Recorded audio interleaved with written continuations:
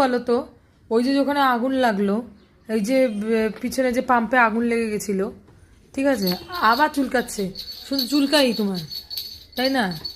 ঘুমটা তো ভালো হইলো না, 4টার সময় উঠাই দিল সবাই মিলে, বেল টেল বাজায়, তাই না?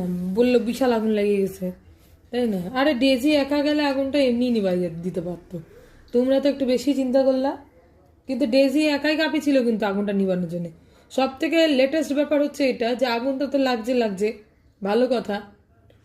আর ওর ক্লিপটাও দিয়ে দিব ও কি করছে, ঠিক আছে, ওই দিক ওই ঘর থেকে। তো ওই ঘরের একদম আমাদের একদম ফ্ল্যাটের একদম নিচ দিকটায় আগুনটা লেগেছিল। আর ও হচ্ছে, আমি সব পর্দা পর্দা খুলে দিয়েছি যাতে আগুন যদি ওপরে ওঠে তাহলে যাতে ঘরে না আসে।